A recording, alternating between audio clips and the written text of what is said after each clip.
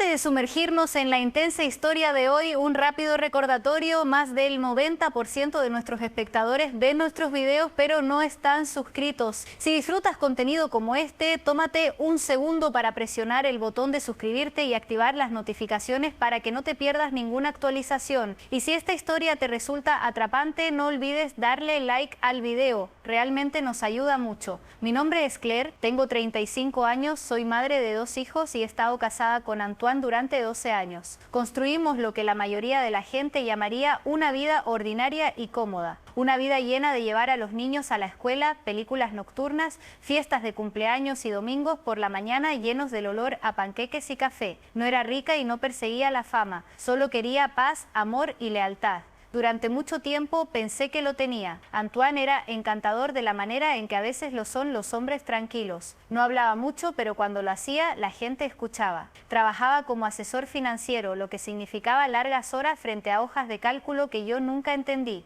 Y yo enseñaba segundo grado en la escuela local. Nos conocimos en la universidad, nos enamoramos lentamente y luego de golpe y nos casamos antes de que cualquiera de los dos cumpliera 25 años. Éramos jóvenes, ingenuos tal vez, pero profundamente enamorados, o al menos eso creía yo. Todo comenzó con pequeñas cosas: llamadas perdidas, mensajes sin leer, excusas extrañas para llegar tarde a casa, tráfico, reuniones, ascensores averiados, cosas que cualquier hombre trabajador podría enfrentar. Al principio no las cuestioné, estaba demasiado ocupada manejando mis propias responsabilidades, corrigiendo exámenes, organizando los horarios de los niños, preparando comidas y tratando de recordar cómo se sentía una noche de sueño completo. Pero con el tiempo las excusas dejaron de tener sentido. Sus reuniones se volvieron más frecuentes, pero él siempre estaba exhausto, emocionalmente distante y extrañamente irritable. Empezó a olvidar cosas: nuestro aniversario, el recital de baile de Matilda, la feria de ciencias de Luis. Al principio se lo recordaba con suavidad, dándole el beneficio de la duda.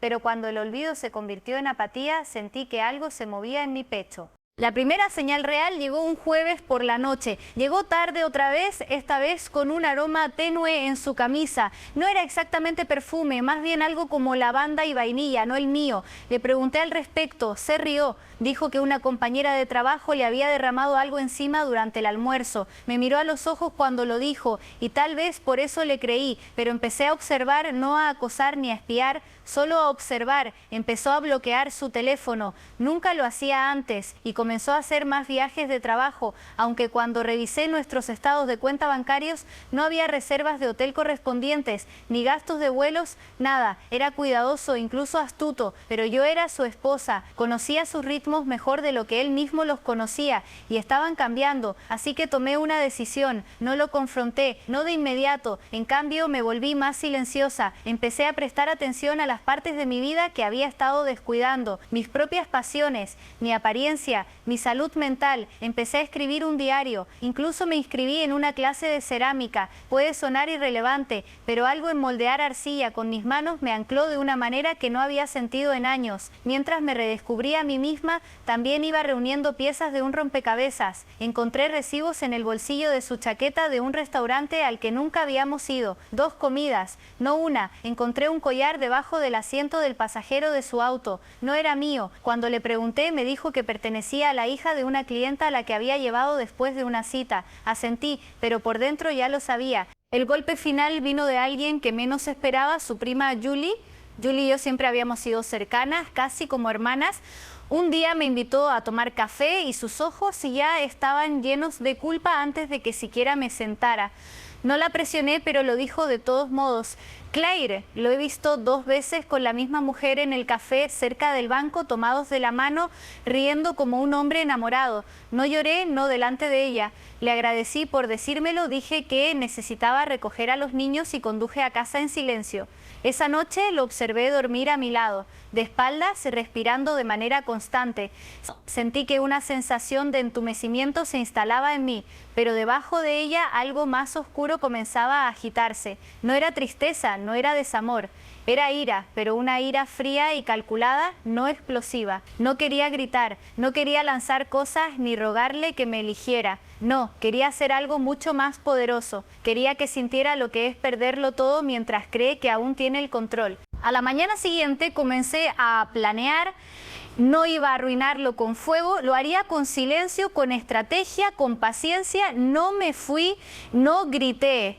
Jugué mi papel, le di un beso en la mejilla por la mañana, le preparé el almuerzo y acosté a los niños como si todo fuera normal. Y mientras él pensaba que yo no sabía nada, yo iba 2 pasos adelante. Abrí una cuenta bancaria separada a mi nombre. Me reuní con un abogado. Empecé a documentar todo, cada regreso tarde, cada recibo, cada mentira. Incluso instalé una pequeña grabadora de voz debajo del asiento del pasajero de su auto. No para exponerlo al mundo, solo para escuchar la verdad de su propia boca, y la obtuve. Un clip de 2 minutos en el que la llamaba la única cosa real en su vida. Eso era todo lo que necesitaba, pero aún así esperé. Quería que se sintiera seguro, así que seguí sonriendo. Incluso sugerí que tomáramos unas vacaciones familiares en unos meses. Él aceptó, probablemente porque pensaba que yo era estúpida o peor aún, indiferente. Mientras tanto estaba construyendo un caso tan sólido que lo aplastaría como un árbol al caer. La parte más difícil fue fingir. A veces lo escuchaba cantar en la ducha y me sentía enferma. A veces abrazaba a los niños y yo me preguntaba cómo alguien podía ser tan cariñoso con ellos mientras mentía a su madre. A veces me besaba y tenía que recordarme no estremecerme, pero lo hice. Cada día me recordaba que la venganza no vendría de gritos ni de caos, vendría de una ejecución calmada e implacable, y la oportunidad llegó más rápido de lo que esperaba. Una noche, mientras arropaba a Matilda, me preguntó: mamá, ¿por qué papá siempre sonríe más a esa señora de su oficina que a ti? Parpadeé. ¿Qué señora, cariño? La del cabello rojo. La vi cuando fuimos a su oficina el mes pasado. Se veía feliz, como no se ve en casa. De la boca de los niños, dicen. Y supe que no podía esperar mucho más, pero aún no estaba lista para atacar. Necesitaba una confirmación más. No para mí, yo ya lo sabía, para el tribunal. Así que contraté a alguien, un investigador discreto.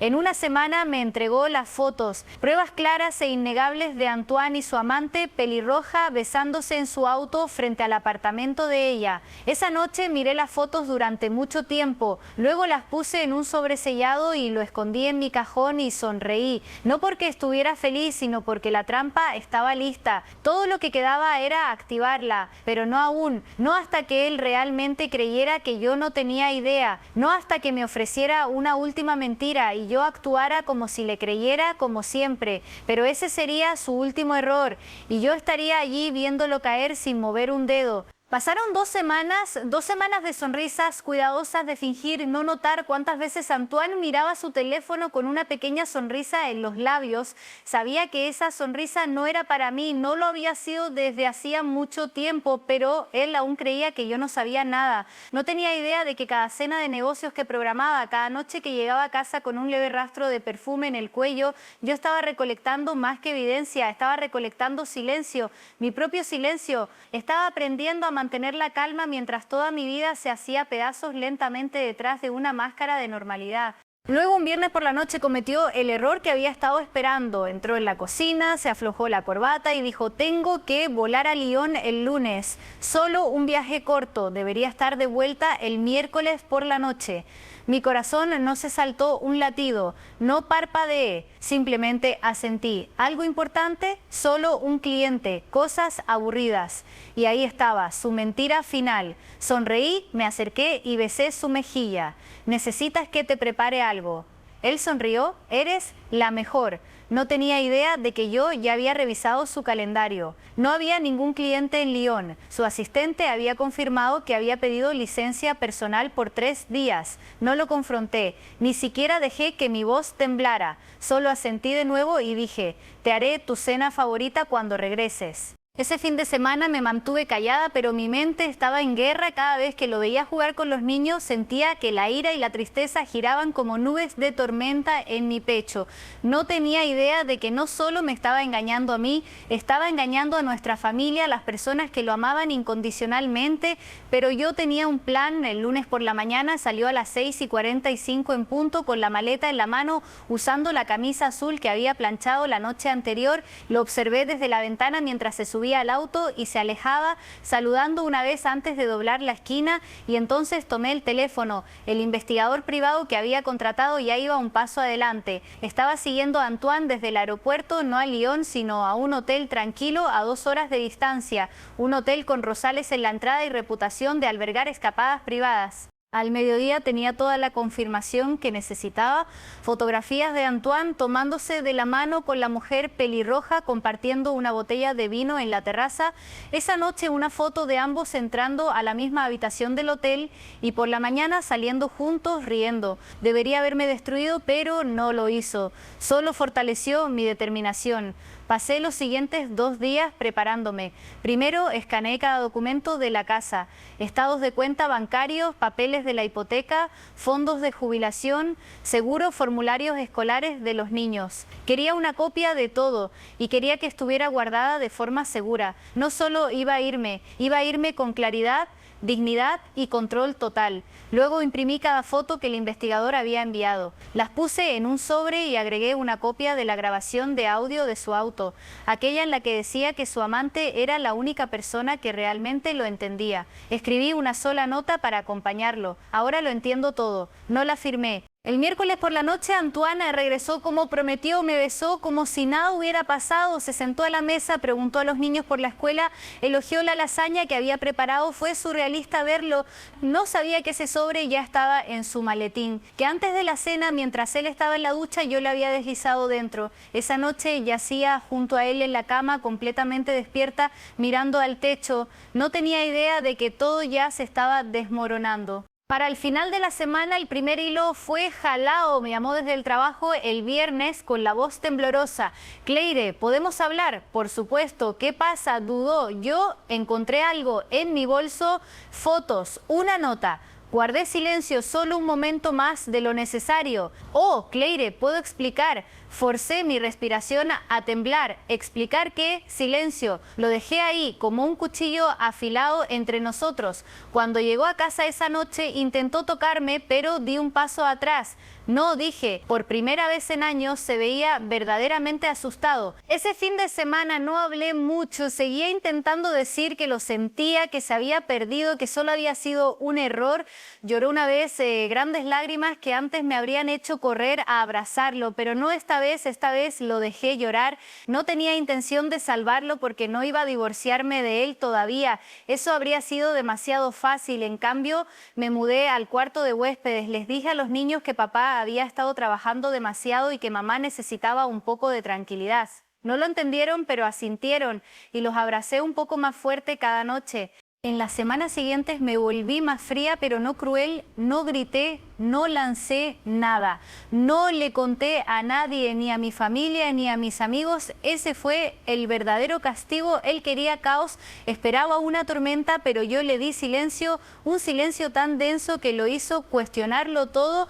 Luego empecé a quitarle cosas, no físicamente, sino emocionalmente. Dejé de preguntarle cómo había sido su día, dejé de reírme de sus bromas, dejé de esperarlo despierta por la noche y él lo notó. Una noche dijo, Cleire, siento que ya no estás aquí. Lo miré y respondí, no lo estoy. Para el tercer mes él se estaba desmoronando, empezó a quedarse más en casa, a cocinar la cena, a intentar demostrar algo, pero ya era demasiado tarde, el daño estaba hecho, había roto algo en mí que nunca podría repararse y él lo sabía.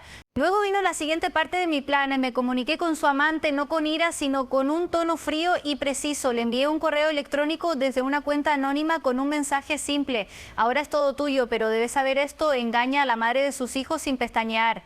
¿Qué te hace pensar que no te lo hará a ti? Adjunté una foto, Antoine sosteniendo a nuestra hija en el parque el mismo día que se había reunido con ella esa noche. Ella respondió solo una vez. No lo sabía, lo siento, y luego desapareció. Antoine empezó a enviarle más mensajes. Lo supe porque revisé su teléfono mientras estaba en la ducha. No había respuesta, solo silencio. Ella lo había bloqueado, él se deprimió, se irritaba con los niños, dormía menos, bebía más. Documenté todo y finalmente estuve lista. Presenté la demanda de divorcio un jueves por la mañana en silencio, sin drama. Los documentos fueron entregados en su oficina, no en la casa. Quería que estuviera solo cuando los leyera, que sintiera lo que realmente significaba el aislamiento. Esa noche llegó a casa pasa con los ojos rojos, sostenía los papeles como si fueran fuego. ¿De verdad estás haciendo esto? Lo miré con calma y certeza.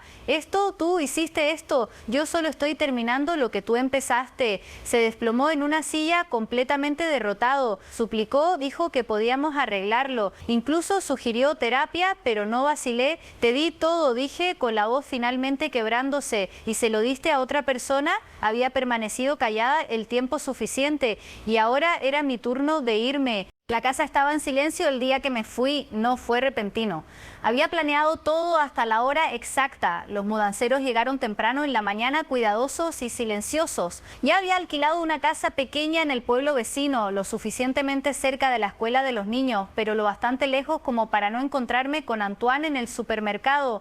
No me llevé todo, solo lo que era mío y lo que los niños necesitaban. Dejé el resto atrás como recuerdos viejos que ya no quería cargar. Antoine no estaba en casa cuando nos fuimos. Eso fue intencional. Le había pedido que se quedara en casa de sus padres el fin de semana para que los niños no nos vieran pelear y él aceptó, quizá pensando que darme espacio me haría cambiar de opinión, pero mi decisión estaba tomada. Cuando se cargó la última caja, caminé por cada habitación una última vez. La cocina donde había cocinado miles de comidas. El pasillo donde habíamos marcado la altura de los niños en la pared. El dormitorio que alguna vez se sintió como un santuario y ahora se sentía como una escena del crimen. Y luego me fui, sin drama, sin nota de despedida, simplemente desaparecí. Por primera vez en años me sentí libre, no feliz. La libertad no siempre viene con alegría, pero sí con ligereza. Como si hubiera dejado atrás una versión de mí misma que había estado cargando demasiado durante demasiado tiempo. Los niños lo tomaron mejor de lo que esperaba. Estaban confundidos, sí, heridos, absolutamente, pero les dije la verdad de la manera más suave que pude. Mamá y papá todavía los aman más que a nada en el mundo, pero ya no vamos a vivir en la misma casa. No es culpa de ustedes, es nuestra. No mencioné la aventura, no era necesario. Algún día, tal vez cuando sean mayores, lo entenderán, o tal vez no. Pero lo que importaba era que se sintieran seguros, amados y protegidos. Preparé sus nuevas habitaciones con cuidado, los mismos pósteres, las mismas sábanas, incluso los mismos peluches. Quería que la transición fuera suave, como nieve cubriendo todo lo feo que había debajo. Antoine llamó en el momento en que vio la casa vacía 20 veces en una hora. No respondí. Luego vinieron los mensajes. Ya dejaste claro tu punto. Hablemos, por favor. Iré a terapia. Haré lo que sea. Pero era demasiado tarde. No quería disculpas. No quería promesas. Quería paz. Y ahora la tenía. También había contratado a una abogada muy perspicaz. No era agresiva, pero sí minuciosa. Con la evidencia que había reunido no había espacio para que Antoine mintiera o manipulara. Las fotos, el audio, la línea de tiempo, todo fue presentado de manera ordenada en el tribunal. Él intentó mostrarse arrepentido ante el juez, intentó sugerir que la custodia compartida era lo mejor para los niños, pero mi abogada dejó claro que, aunque yo no estaba pidiendo la custodia total, tenía todas las razones para hacerlo. Al final se acordó que yo tendría la custodia principal y él tendría fines de semana alternos. Pagaría manutención infantil y contribuiría a los gastos escolares. La casa se vendería y las ganancias se dividirían. No obtuvo simpatía ni del juez ni de mí y con el tiempo ni siquiera de su propia familia. Verás, al principio no le conté la verdad a nadie, pero una vez que se presentó el divorcio, una vez que los documentos se hicieron públicos, la historia comenzó a difundirse sola. La gente notó lo repentino que había sido. Los amigos empezaron a hacer preguntas. Su prima Julie contó discretamente a otros lo que había visto la amante pelirroja. Ella lo dejó por completo bloqueado, desaparecido. Su vida comenzó a desmoronarse en cámara lenta. Perdió clientes. Algunos no querían trabajar con un hombre conocido por su engaño. Su círculo social se redujo. Las invitaciones dejaron de llegar. Incluso su propia hermana le dijo que estaba decepcionada. Al principio vino a ver a los niños algunas veces. Intentó actuar como el papá divertido, pero los niños son inteligentes. Notaron lo cansado que se veía, la forma en que revisaba su teléfono constantemente, la manera en que ya no reía como antes. Con el tiempo dejaron de preguntar cuándo vendría y él dejó de aparecer. No los animé a odiarlo. Nunca dije una palabra cruel delante de ellos, pero tampoco lo defendí. Dejé que cavara su propia tumba con el silencio. Esa fue mi venganza. No gritar, no pelear, sino alejarme por completo y dejar que la ausencia hablara más fuerte que cualquier cosa que yo pudiera decir. Pasaron los meses, empecé a reconstruirme, terminé mi clase de cerámica e incluso vendí algunas piezas en un mercado local. Empecé a correr de nuevo, algo que no hacía desde mis 20s. Leí más, dormí mejor, reí más fuerte y por primera vez en más de una década me miré al espejo y me vi a mí misma, no como esposa, no como madre, no como una mujer sosteniendo una familia que se desmoronaba, sino como yo. Una tarde, casi un año después de irme, me encontré con Antoine por accidente. Se veía más delgado, vacío, como un hombre que finalmente había comprendido que había destruido algo que no podía repararse. Me preguntó si podíamos hablar, por curiosidad acepté. Nos sentamos en un pequeño café, él pidió café, yo no. Me miró con los ojos llenos de arrepentimiento. Solo quería decir que lo siento, dijo. No porque quiera algo, es solo que arruiné todo y pienso en ello todos los días. Asentí, lo sé. Extraño a los niños. Ellos extrañan la versión de ti que los amaba de verdad. Esa versión ya no existe. Bajó la mirada. No espero que me perdones. Ya lo hice, dije, sorprendiéndome a mí misma. ¿De verdad? Sí, porque el perdón no se trata de ti, se trata de mí. Necesitaba soltar la ira para seguir adelante. No respondió. Permanecimos en silencio un momento antes de que me levantara. Espero que encuentres paz, Antoine. Luego me fui y no miré atrás. Hoy no estoy enojada, no estoy amargada, ni siquiera estoy triste, estoy completa y esa es la mayor venganza de todas. No destruirlo, sino elegirme a mí misma y construir una vida de la que él ya no tiene permitido formar parte.